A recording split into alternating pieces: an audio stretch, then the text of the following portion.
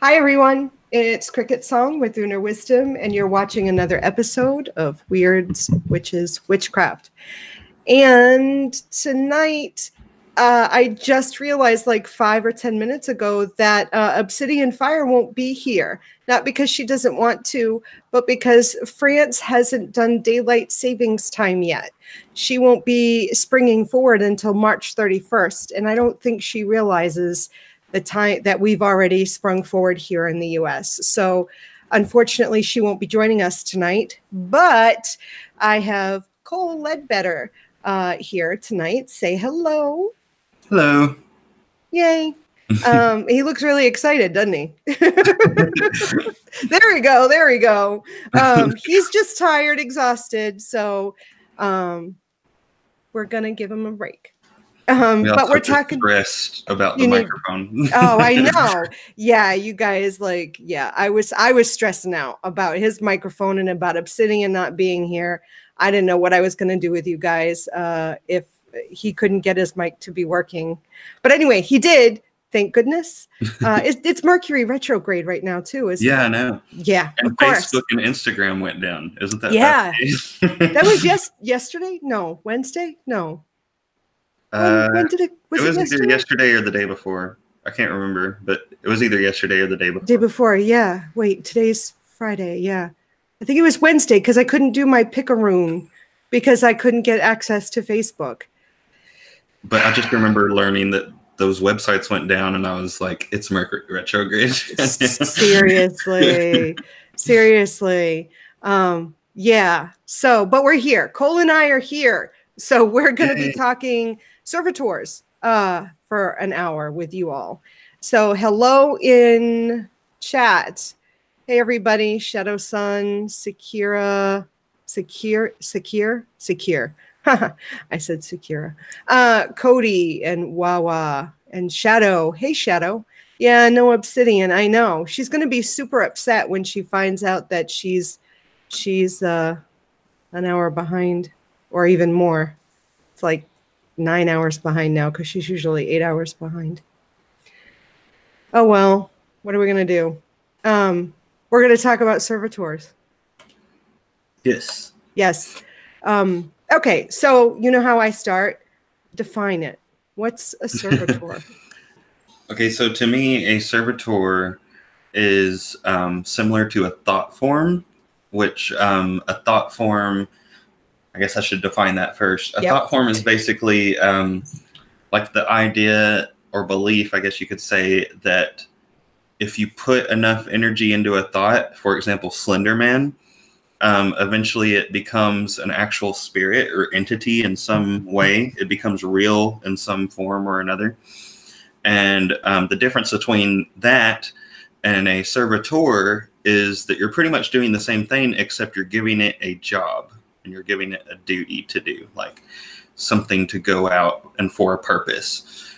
Slender Man was kind of created on accident and just for randomness. But a servitor is one that you purposely do with intent for a specific reason, like a guardian spirit or something like that. It's creating your own spirit or entity. Yeah, so it's a thought form with a more specific purpose. Mm-hmm. Yeah, that's how I would define it too. So that's very simple. We have the same definition. Yeah, because I think of, when I think of thought forms, I think there are so many thought forms, whether people create them intentionally or unintentionally. I mean, I don't like to think, but I often think Santa Claus is a thought form, things like that, I would even say any sort of thought that's given emotion, like you put emotion towards it, or you keep feeding it energy, is a thought form, or it can become a thought form. But yeah, the servitor is in service. That's how I always think of it. It's in service to the creator. Yeah.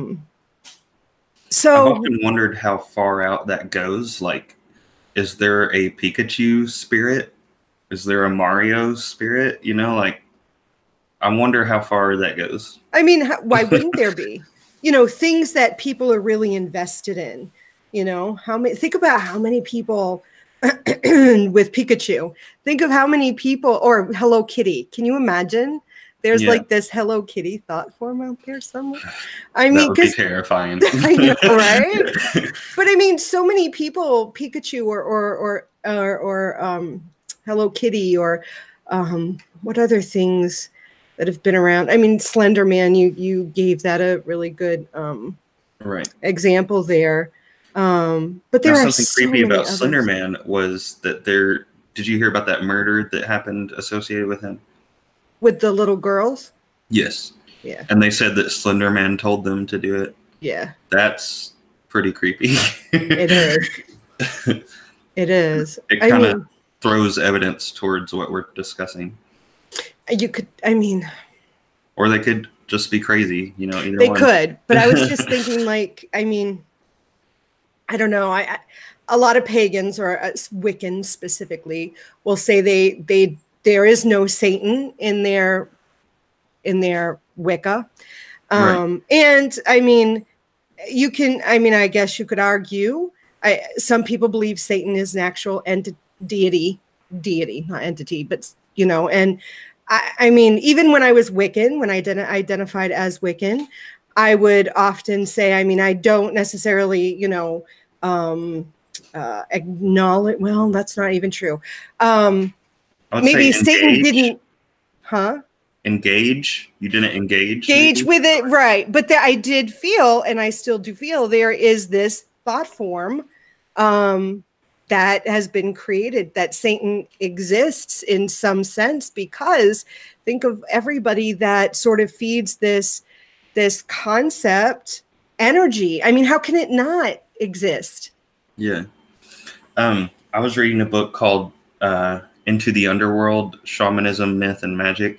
And he talks about in that book how the Christian concept of hell does exist, but he believes it's only because people have believed that it exists. And he believes that people only go there from their own infliction. Like, they are so worried when they die that they're going to go to hell, and then like attracts like, and then they go there. And I mean, it's like that whole idea. It's man-made hell, right? I mean, it's something people have created. You put energy into it, you feed it.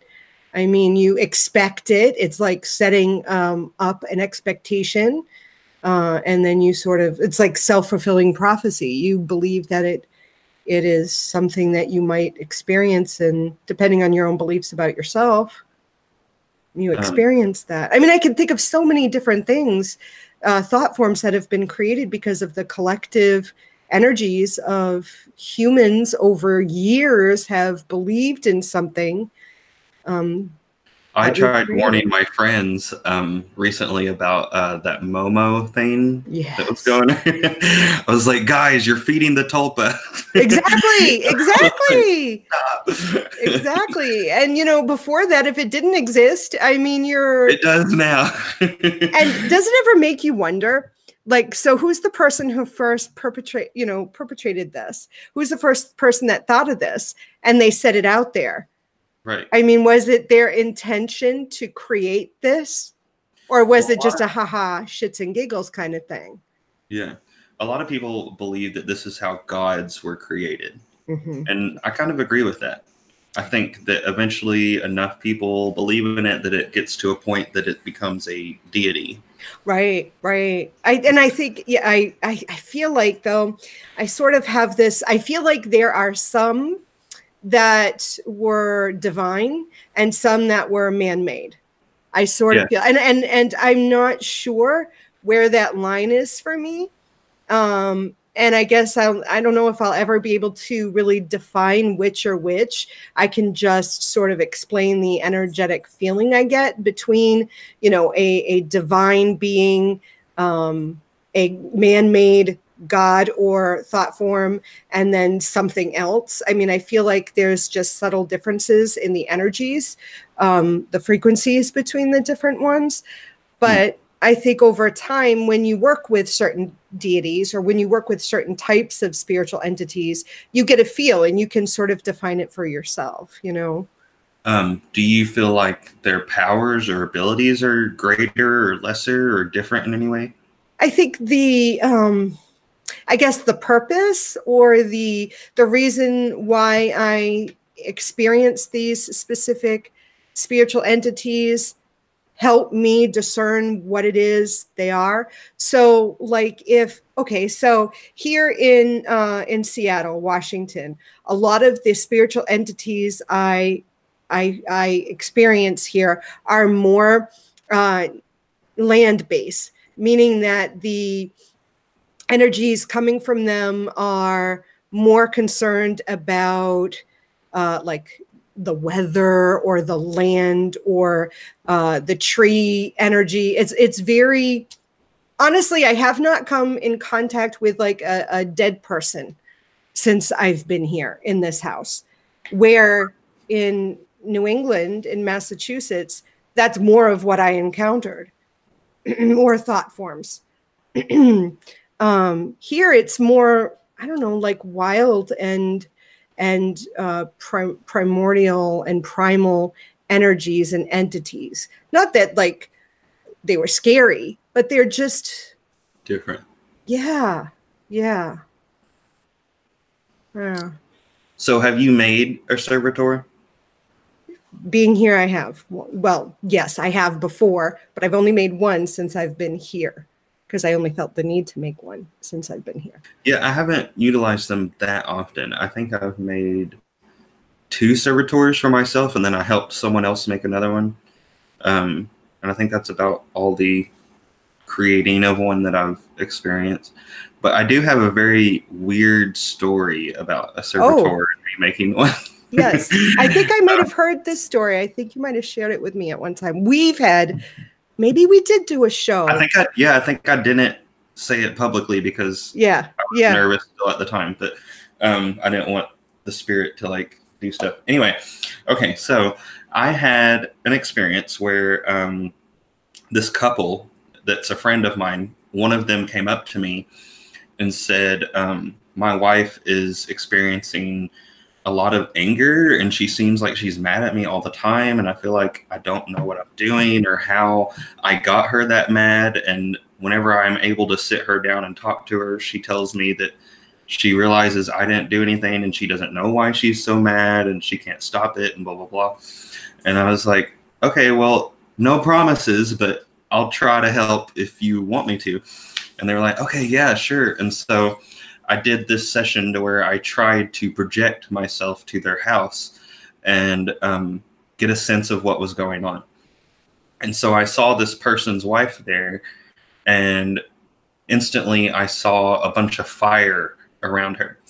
And it seemed very like, almost like the fire was like a parasite type spirit. And so then I came back and I told my friend that, and I said, I think I'm going to make a servitor that's kind of like water elemental based, and maybe to fight this and help calm things down and offer some healing and stuff. So I ended up, long story short, making a servitor that was kind of like a mermaid looking thing. And as soon as I did that process, I woke up the next morning and I had a text message from this person's wife that was a bunch of those fire emojis. And I just got chills. Like, so I was like, what the fuck is good? But yeah, and it really weirded me out. And then turns out that was just her trying to remind me to bring my lighter. But I have no idea how I was supposed to know that. But but yeah, that was a pretty interesting thing. And it actually did really help. The servitor really helped the situation. Everyone seemed very calm after a couple days, and it seemed like everything was getting a lot better. But yeah, that was weird. That is. I remember you telling me that story. Yeah. So, all right, let me just see if we're kind of like Baphomet. I wouldn't, well, for me, and someone has talked to me about Baphomet before, I think during this week on that video I did. I would suggest that Baphomet, for me at least, is just a representation I guess some people might see Baphomet as an actual spiritual entity. I guess it could be a thought form. But for me, it's just more like a representation. It doesn't, I don't know. What about you? I don't know, because to me that's what the gods and goddesses are, is representations. I know. So it's kind of a blurry line, I guess. I guess because I feel like, for me at least, gods and goddesses are personifications of an energy, and I don't personify Baphomet. I guess that would be the difference. I mean, I've worked with specific energies like, Bast or Thoth. Those were personified gods and goddesses, but Baphomet, I've never worked with a personification of that kind of energy. It's just a representation for me. But I guess some people might consider it a thought form. I have worked with the Lovecraft mythos, as you know, and there is a old one in that mythos called Shub-Niggurath, which in Donald Tyson's book, to where he talks about how to make it an actual occult practice, he compares Shub-Niggurath to this long list of other names, and one of them is Lilith, and another one is Baphomet, and another one's the devil and Satan. And so I have worked with that energy before, but not specifically calling it Baphomet. Baphomet. Sorry, Kitty. My kitty is on my desk. Of course. He doesn't bother me the whole time until I start recording something. Of course. If someone had to create the character so it comes from something, that's what I was thinking for sure. Maybe UFOs are thought forms. I've wondered that before. I've also wondered if Bigfoot and the Loch Ness Monster and things like that are actually just spirits. Yeah. Yeah, I know. Those things are interesting to me. Yeah. We were just talking this afternoon or over breakfast about chupacabra. Is that how you say it? Yeah, that could be thought forms too. Those kind of weird things. Someone also suggested maybe we're the thought forms created by higher power. Yeah, of course. Isn't that always the flip around? I mean, you can spiral into this pretty far. I know you can. Where the first place I think I heard about the actual word servitor was whenever I read a book called Chaos Unleashed, I think, or something. It was a book about chaos magic, and it started talking about this stuff, and it really kind of you had to sit down and think about what you just read, because you're like, whoa. Some of this stuff, it changes your outlook of the world. It's so that could be a thought form, and that could have grown into this because of this, and Yeah. I mean, seriously. And then I was just thinking, how would we differentiate between thought form and familiar spirit? And is there a line of differentiation between the two? Could someone, El Chupacabra. Yes, that, yeah. I mean, how would we define the line between a witch's familiar spirit and a thought form? And could the familiar spirit actually be a thought form?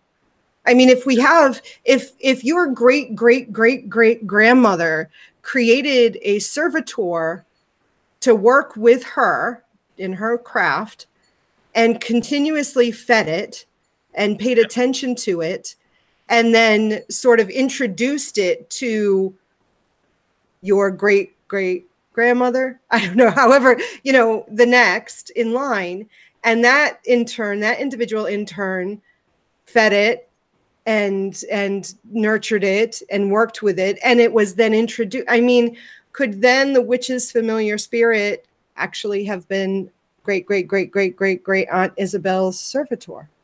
Right. Would we even know? I think that's kind of where our labels and definitions kind of fall short, because to me, the spiritual realm and spirituality is, whenever we're using these words and trying to explain things, it's kind of like trying to hold smoke in your hands.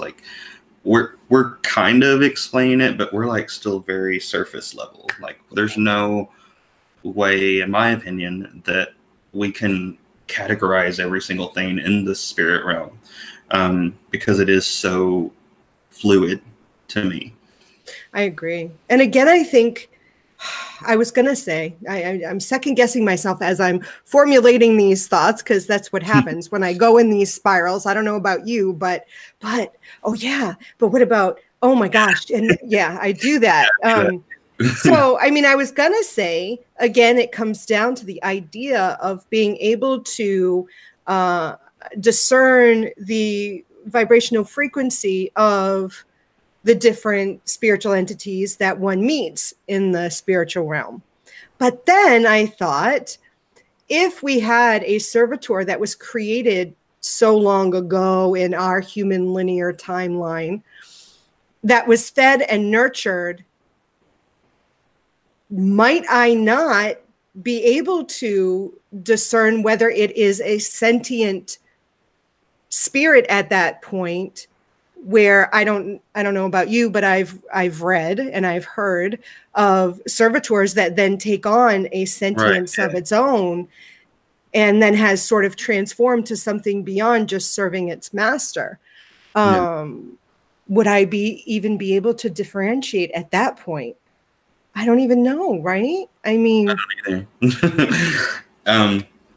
I think a lot of this is guesswork, to be honest. I know, right? And then it's like, I get in those spirals that you're talking about, to where I start thinking like, oh, well, man created gods. And then I'm like, no, wait, gods created man, or no, and like, I start going in these things of like, gods are thought forms that evolved and like over time. But then eventually I get to the point where I'm like, it doesn't matter. I'm just doing this. I know it has these results. Right. Whatever the reason, who cares? So Shadow Sun wanted to know, and I know we were going to cover this, but we might as well jump into that since she asks, what purposes could you create or use a servitor? And I know I wanted to talk about that with you anyways. So your situation that you explained was sort of to help out a friend who was having the issue with the anger or this fire sort of energy of fire, and yours was sort of to counteract that. What other purposes could someone create or use a servitor for, or construct a servitor is the right word. Servitors are really nice for spells or rituals that you want to. Okay, so like normally you might have a spell or ritual to where you're like, I'm going to do this every day for 2 weeks at a certain time, so that it can really pour and fester and grow. Instead of doing that, if you wanted, you could create a servitor who would do that for you. So it's kind of like, the reason I used it in that situation was because I wanted something to constantly be there emitting these calm energies, instead of me just lighting a candle every now and then. So a servitor is kind of like an AI program that you have programmed to do your spell work for you, is pretty much how I view it. Yeah, my image that I get, I know it seems really childish or whatever, but the image I get when when I think of the concept of servitors, it's almost like this little mechanical robot that, I program with, go to Nancy's house and give her a healing every day at Monday at 2 p.m. Do it for 10 minutes, then return to me, kind of thing, Yeah. It's sort of like you give it a very, at least from my perspective, a very specific task, and then you send it on its way, so you don't have to keep attending to that thing. Yeah. In some ways, it's sense that once you create it, you can sort of forget you don't want to completely forget about it, but yeah, you don't have to really tend to it. It's, if you're someone who likes to micromanage things, this is not for you. Yeah. Because that's another aspect of it, is the more generalized the servitor request, the request you have for the servitor, the more likely it is to succeed, in my opinion. So like what I mean by that is, for example, if I made a servitor that was like, okay, your job is to make my book that I just wrote titled The Hills Are Hills to become famous so that I can get a bunch of money. That servitor might have less success versus a servitor that I might make just to gather money in general. Right. Because magic always takes the path of least resistance. Mm-hmm. Yeah, this is true. This is true. General things. I mean, the one specific servitor that I create, I mean, is for basically warding. And you mentioned that before, sort of like guarding or warding. And it works wonderful for me. So, I mean, that's the one I use most frequently. But I mean, you can create a servitor for whatever. I mean, I would say it's only limited by the witch or magician that utilizes it. I mean, it's really completely open-ended. Like you can even make one that only pops up when a certain thing activates it. Like you can make one that's like, anytime I get nervous, I want you to pop up and help me calm down. Or anytime someone says this word, I want you to do this. Like you can really get into it and be creative with it. Exactly. Now I have a tendency to make kind of monstrous looking ones, like kind of Lovecrafty, gothic, scary ones. For example, I had one guarding my house who I based off of this internet video I found, and it was a cat that had human arms and raven wings, and everything else was like a cat, but it had human hands and like wrists and raven wings, and it would just sit there and like lick its little human hands. Oh, that's so bizarre. Yeah, I always make like really weird ones. So what kind of servitors did you make? Because I've also heard people make like just a square. Oh, that's bizarre. I get more creative like that. Mine generally tend to be scary, but not strange. I mean, I don't want to share too much because, you know, I also believe in the fact that you give too much information, then that gives people abilities to sort of try to counter that. Yeah. Right. So, I mean, the only reason I shared that one is because I destroyed that's so creepy. That is so creepy.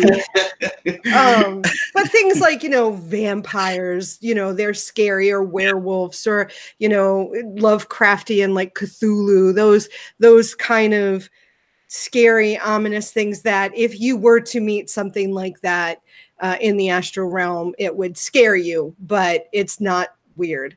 Though that if I met a cat that had raven wings and human arms, I would be weirded out and like run away. So I mean, I'd like to. I mean, although if I were to create a servitor for healing someone, I would, and I want them to be comforted, then it would depend on who I was creating that for, or constructing that for. I mean, someone to be comforted, like my daughter, that servitor would look different and feel different than for my son. You know, I tried, you know, ideally cater it to the situation. And if I were creating one for me, it would be completely different as well. But I think the key here is visualization. And anyone that's going to create a servitor, and this is why I've always said, witches, it's like a necessity to be able to do visualization. I mean, this is one of those things. If you cannot, you say, I just can't visualize, then I don't know how you would construct a servitor, because it's all. I think that you can do witchcraft if you can't visualize very well, but it's going to be very, very difficult.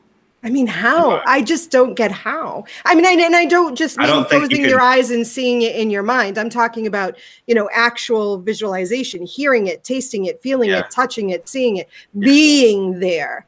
I don't think, if you had trouble with visualization, I don't think that you could tackle the task of creating a servitor, because that takes a lot of visualization. Yeah.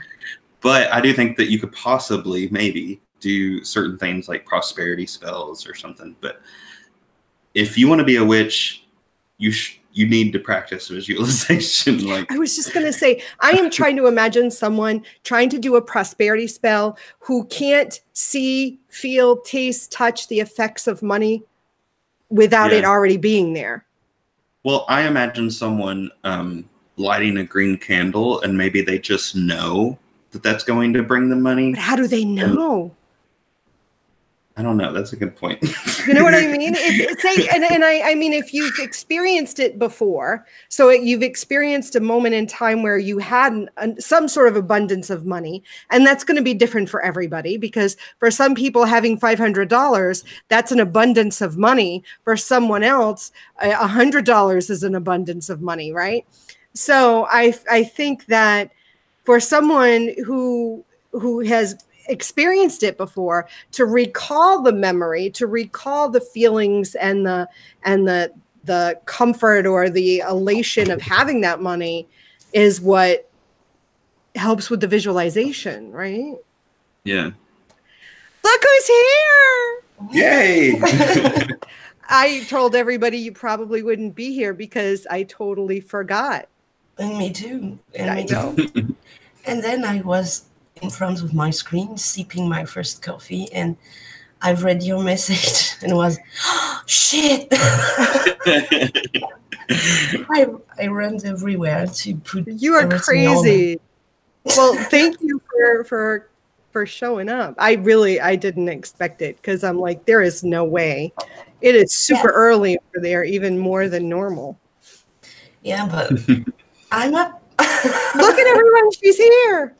I have to pick up the chat window.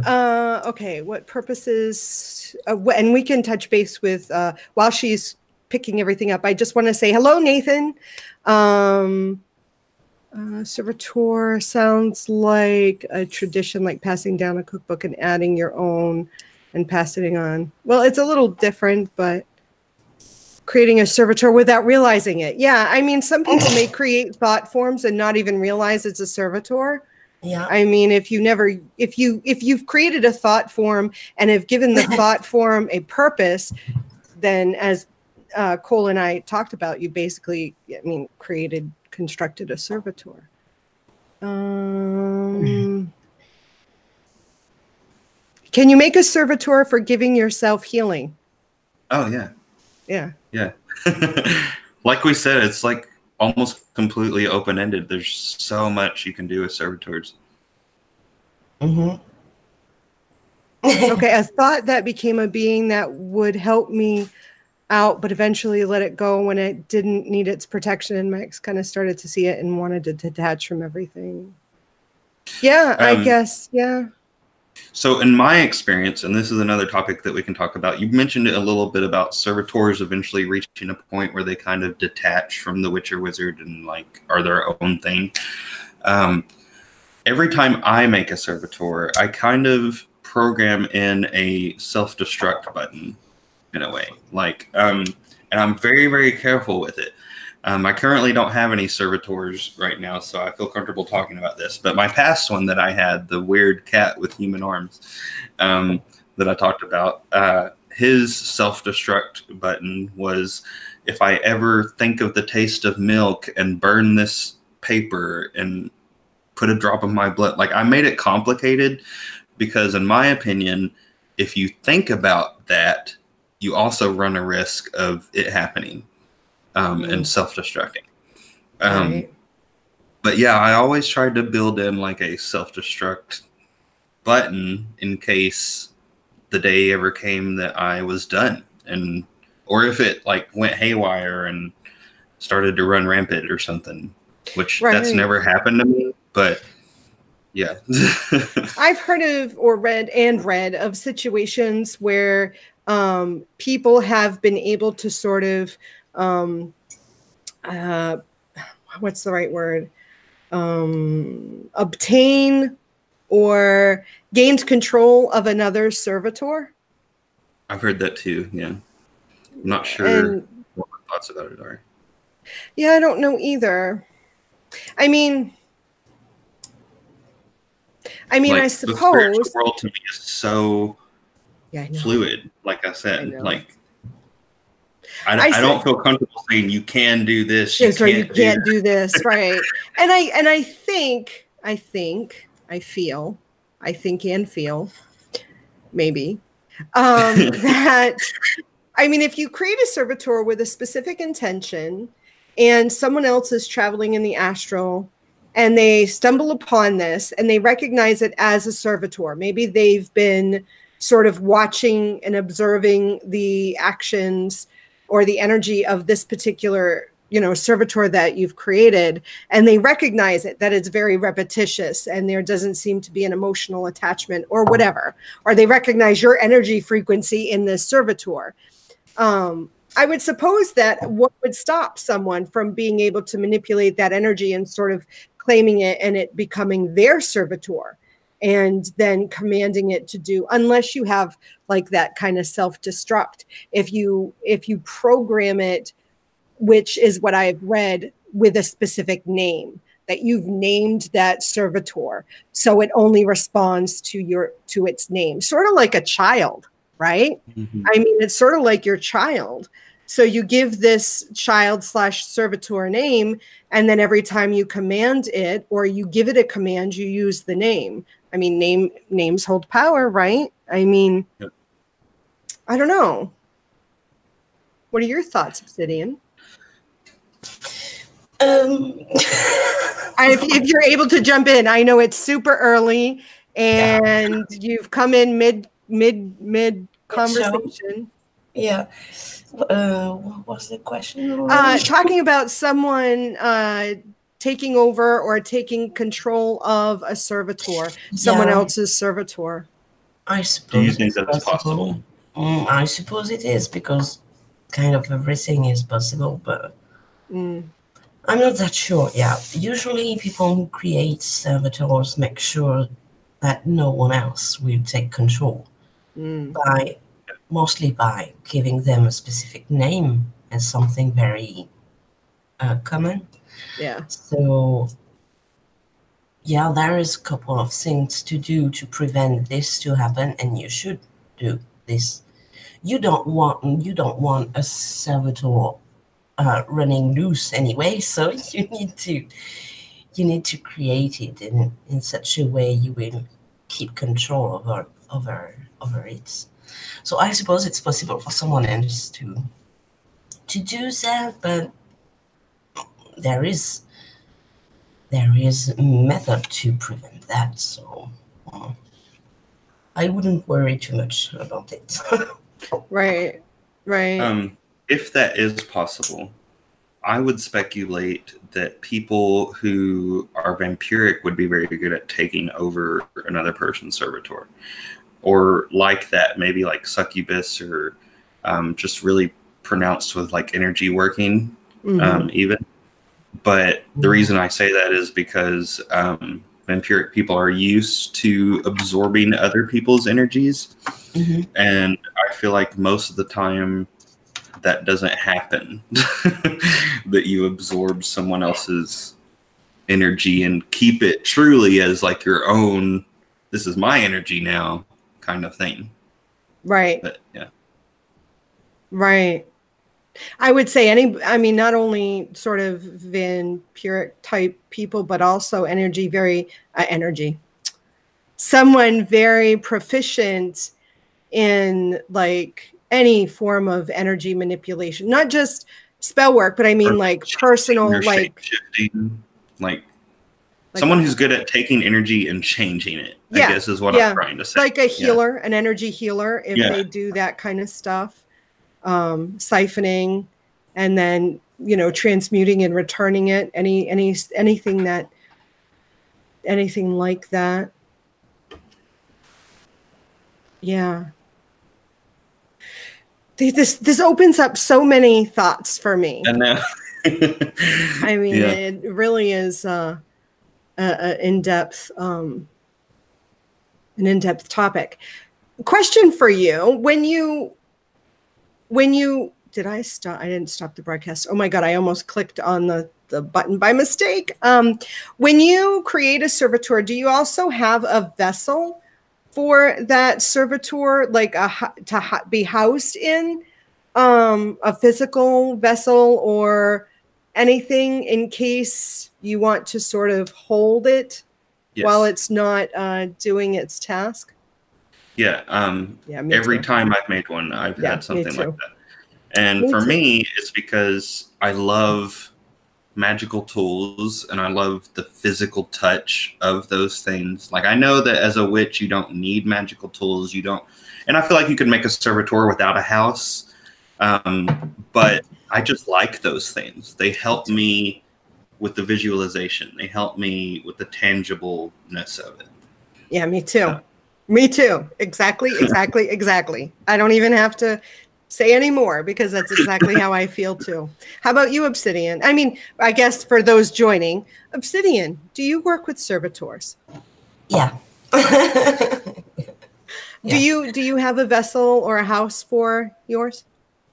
It depends. Sometimes I do, but for some of them, I don't. Do you either of you have, for those servitors that you may create without a vessel or a house for it, do you have a key? And I'm not necessarily saying a actual key, although you could, but some sort of tangible, trigger. Yes, there is a tangible trigger, but a very special one. Mm-hmm. And for those, their space are my space. So we are sharing a place around the altar.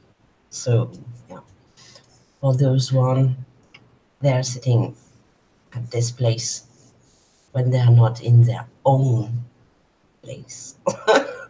It's something a bit complicated, and I don't want to share that. You don't have to. Obviously, you don't have to. Sorry. No, you don't have to apologize either. I mean, whenever we have these sort of conversations, like earlier before you came on, there was some things like I specifically don't describe my servitors, especially if they're working at the time. If they're a past servitor that I used and deconstructed, then I'll talk about it. But I don't want to say, hey, if you're in the astral realm and you meet this, then guess what? It's a servitor. Don't worry about it. No, I want you to worry about it. I want you to be, is this a deity or an entity, a demon? Or what is that? Yeah, I want you to be thinking that. Me too. But yeah, so I totally understand not wanting to share. Whenever we're talking about housing things and objects and such, so the first one I made that was a guardian to my house, my old house, I've deconstructed this one, but it was such an important job to guard my house, and I was so nervous that if I gave it a house, like an object, that I would end up losing that object. And so to kind of combat that fear, I made that servitor's house the tip of my right finger. And so that honestly was very efficient. I never lost my finger. And then secondly, every time I would look at my finger, like I would be at work or something, and I would just look at my finger and I would think of that servitor, which adds power. Right. And so it was kind of like a double whammy good idea. Yeah. When we're talking about this, it reminds me, watch out, here comes the geekiness, of a Dungeons and Dragons campaign that we did where I was the dungeon master and the group had to fight the helm of, I can't remember what it was called, but it was a suit of armor that was the vessel for a thought form that the evil sorcerer in this campaign was controlling, and the group had to kill it. But anyway, so like a suit of armor could be a house or a vessel for a thought form that might guard, like we all have a suit of armor in our house. But I mean, sort of thing. Anyway, that just flashback, geeky flashback. So while we're talking about like housing our servitors and stuff, why don't we go ahead and talk about how each of us make one, like what our process is? Good idea. Good idea. Who wants to go first? And then everybody goes to silence, you know. Okay, I'll go first. Okay. So usually what I do whenever I create a servitor is it can sometimes be like a week or two long process. Yeah. Depending on how serious the situation is. And it can also be a 5-minute process. It really depends on the situation. But I sit and think about what I want the servitor to do. That's usually what I start off as. And then I think of an aesthetic look-wise of what I think matches that goal. And so, for example, I had the servitor that was guarding my old house, and I made it a weird, freakish cat with human arms. That's weird. It scares people away. And so I usually try to tie the appearance of the servitor with the goal. I don't necessarily think that's necessary, but it's what I like to do. And so then I eventually sit down and I write down, dear whatever name I gave the servitor, you are a servitor and your name is this and you do this and your powers are this and I want you to do this and I am your creator, Cole. And like, you know, and I write it down. And then sometimes if I feel like I'm up to it, I will actually draw an image of the spirit that I'm trying to create. And then I'll sit down and meditate and perform the ritual of creating it. And I'll bring all those items together, especially the thing that I hope to house it in. And usually I've also made a sigil for it. And I focus on that and I just imagine it in my head and visualize it. And I like to visualize an egg. And then I kind of pour my energy into it, my life force. And I pour those thoughts of what it looks like and what it can do. And I pour those thoughts into the egg until eventually it just builds and builds and builds and builds until it feels like the egg is going to bust. And when it does, I always see the spirit like fly up and then like kind of swirl around me and then like come and be like, what can I do for you? And I tell it again, and then it whooshes off. So that's how I create a servitor. I like the visual. I can see it. I could see it. It's very similar to what I generally do. I mean, I take time and decide, you know, what is this servitor going to do? And like you know, what would it look like if it was doing this task? So if it was a task that, for example, needed a whole bunch of, you know, hands to do something, then I might create something like a spider, you know, that has a lot of appendages or tentacles, if you want to go Lovecraftian, so that it can do a number of things at the same time, or if it needs to cover a wide area, something stretchy. So depending on what its task is, depends on the visual like image I get of it. Generally, my servitors have a house or a vessel. So I would bring that house or vessel into the space or put it on my altar, generally on my pentacle, because pentacles are manifestation, right? So I place the house or the vessel on it. And again, the vessel would, for me, I like the alignment of, you know, if it's going to be this spidery looking or tentacle looking servitor, I try to find something that sort of reflects the image. And that's just for me, because every time I look at the house or the vessel that contains it, that's generally when I'm feeding it, or if I'm, you know, stroking the vessel or whatever, that's, you know, giving it energy. So I like to have the connection there. And like you, I'll give it instructions. Most of the time I too write the instructions. But once I've given the servitor the instructions, I tend to burn the instructions, because once I've commanded it, then I don't need my belief is I don't need to keep commanding it. So when it's done, when I'm completely done, I'll burn or destroy the instructions because I don't want anybody else again finding it.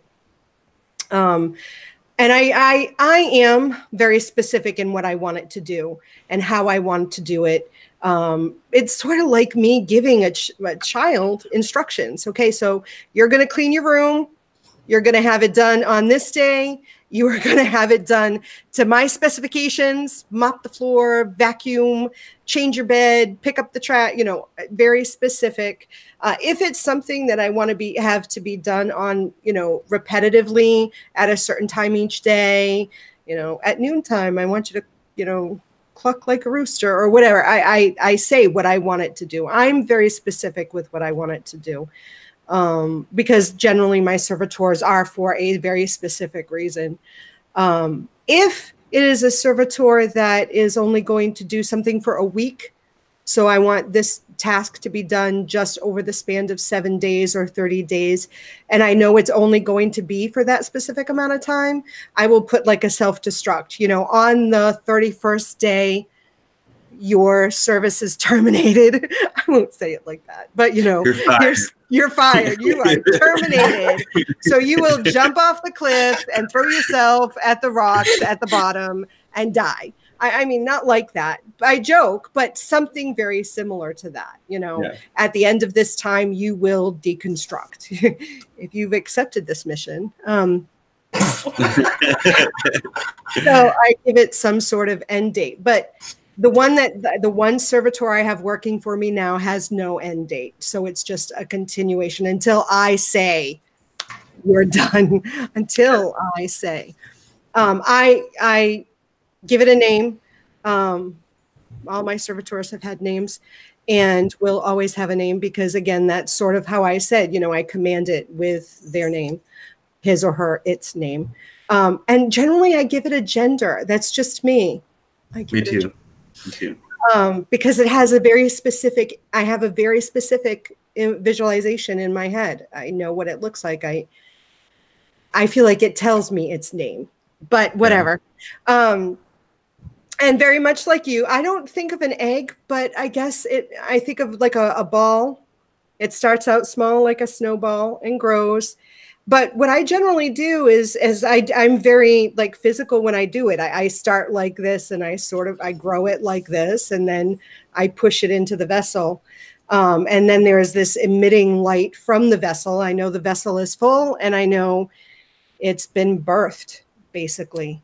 And I repeat the name numerous times during the little, I guess you could call it a ritual, the little spell that we do together. And I generally, the vessel, I generally infuse it some way with me. A tag lock to connect. Yeah. That vessel has this servitor and it is connected by my blood, my spit, whatever I'm going to use. I don't always create a sigil. I will sometimes, but sometimes I have some other key. So it might not necessarily be a sigil, but it's a glyph of some sort that is the key to that servitor. Right. And that changes. Sometimes it is a sigil. Sometimes it's not specifically a sigil. That's how I create it. So the biggest thing that I found interesting between the two of us was that you burn your petition, I guess you could say. And I don't. I actually save mine. And the reason why is because usually I write in to the self-destruct part that if I burn this petition, like that's usually part of the self-destruct. Yeah. Yeah, that makes sense. I like your approach too. Like that was really neat. I've learned. Well, now I'm thinking, I could put the petition in the vessel, but I guess this is just my own fear. My own fear comes in that someone's going to find the vessel and just be curious. Maybe they're not going to specifically say, aha, it's her servitor. But someone could be curious, and I just, that makes me uncomfortable. Perhaps I'm risky and naive, but most of my friends and family don't know what I'm doing.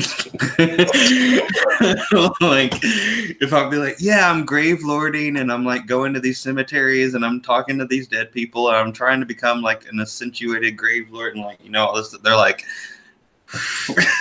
like they have no idea what I'm talking about. And if I talk about servitors, usually it's the same response. But yeah, Yeah. I try online to not expose a lot of those things. Like, you guys aren't talking about how your current working servitors look and what their name was. I try not to do that online as well. But in my normal public life, I don't really feel threatened, I guess. Yeah, I don't feel, I mean, I want to, I'm not saying, like I said, I'm not saying someone is going to go out and threaten me, but I even just imagine like someone just happens to see it, and because I would.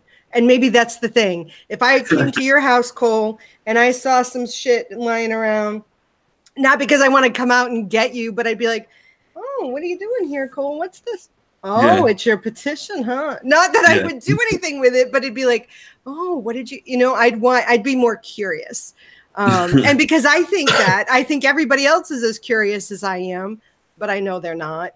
But I kind of feel like maybe they would be, and, you know, innocently poking around. But I don't know. My circle of friends, they might, you know, open a box and see my petition in it, but they wouldn't know what to do with that information.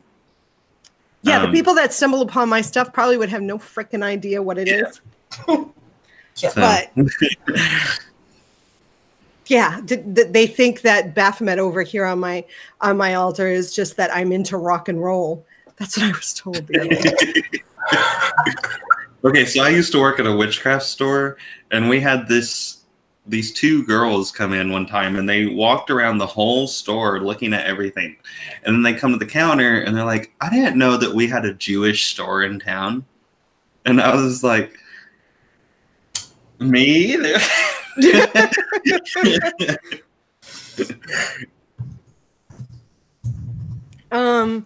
Oh my God, it's 9:28 already. Okay, let me see if neither did I, never heard. Start with a make food, build an altar. I believe so. Poltergeist is an accident. I don't think there's any questions. Okay. Poltergeist. They're talking about poltergeists. Okay. Yeah. Okay. It's kind of, we should talk about that in one. Oh, you want to talk about poltergeists in another show? Yeah, but why not? Because when you think of it, it's kind of servitor who turned bad. Mm-hmm. Yeah. I totally agree. Yeah. You know, the servitor that people create without any conscious of it, without a self-destruction button. Right. Yeah. With the purpose of destructive attitude towards the creator. It's kind of, you know, I think some hauntings might be a servitor carrying out a thing too, you know, especially those ones that they say they you know, they see him at the top of the stairs and then they disappear at the bottom of the stairs only to reappear at the top of the stairs again. But, and it's creation, my husband, unconscious creation. Mm-hmm. So it touches the subject you're talking about right now. My husband has a story of, in the old house that we used to live in, I had a whole room dedicated to witchcraft because I had so much crap, like tarot cards and altar stuff, that I needed a whole room. And I've gotten rid of it now, but yeah. Anyway, so I used to have a whole witchcraft room, and one day I left the light on, and he goes in there just to turn the light off, and he says that my little iron cauldron that I have just flew off my altar whenever he turned the light off. And he was like, I'm sorry, I'm just trying to turn the light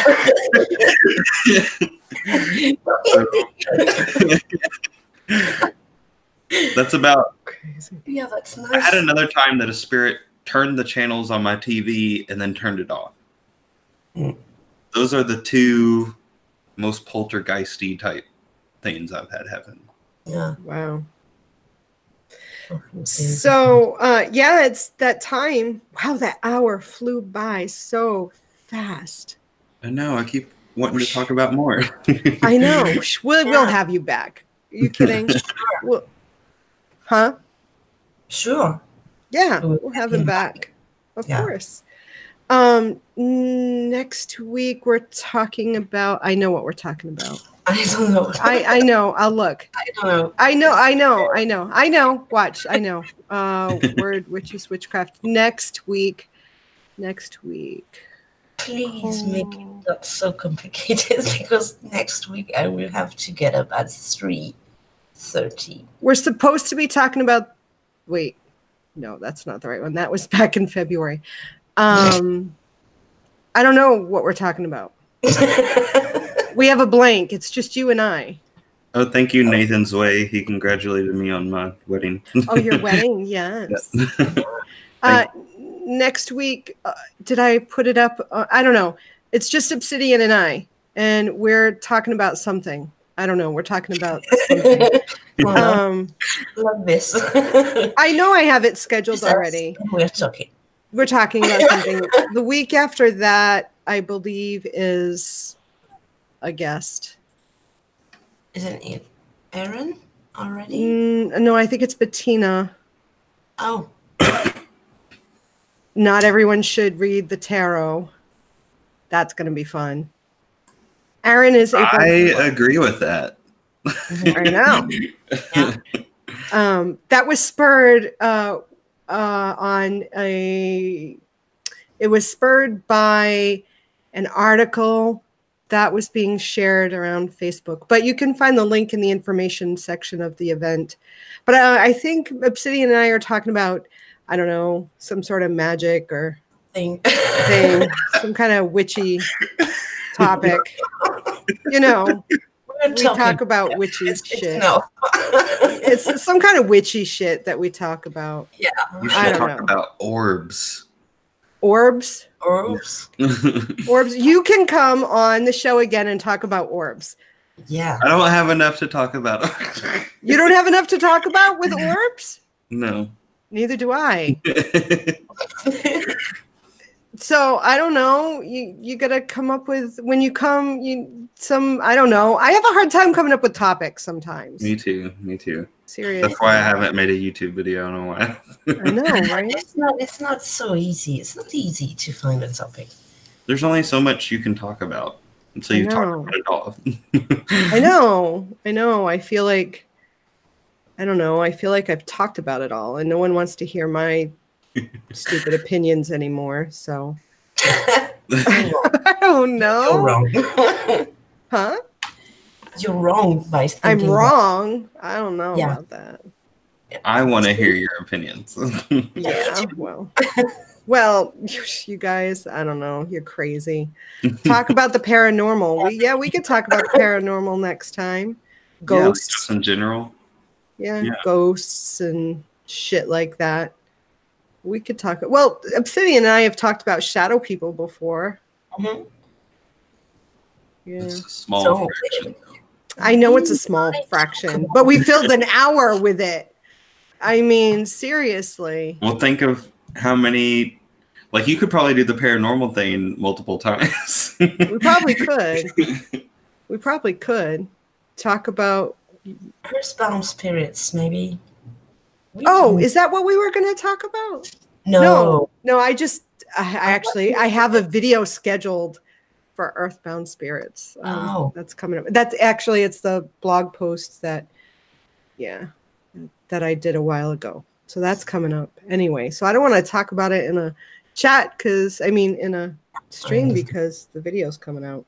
I got to make sure I don't overlap my content. I don't want people to be bored, bored out of their mind. We find something. Don't worry. We will. If you guys have suggestions, please leave suggestions in the comments.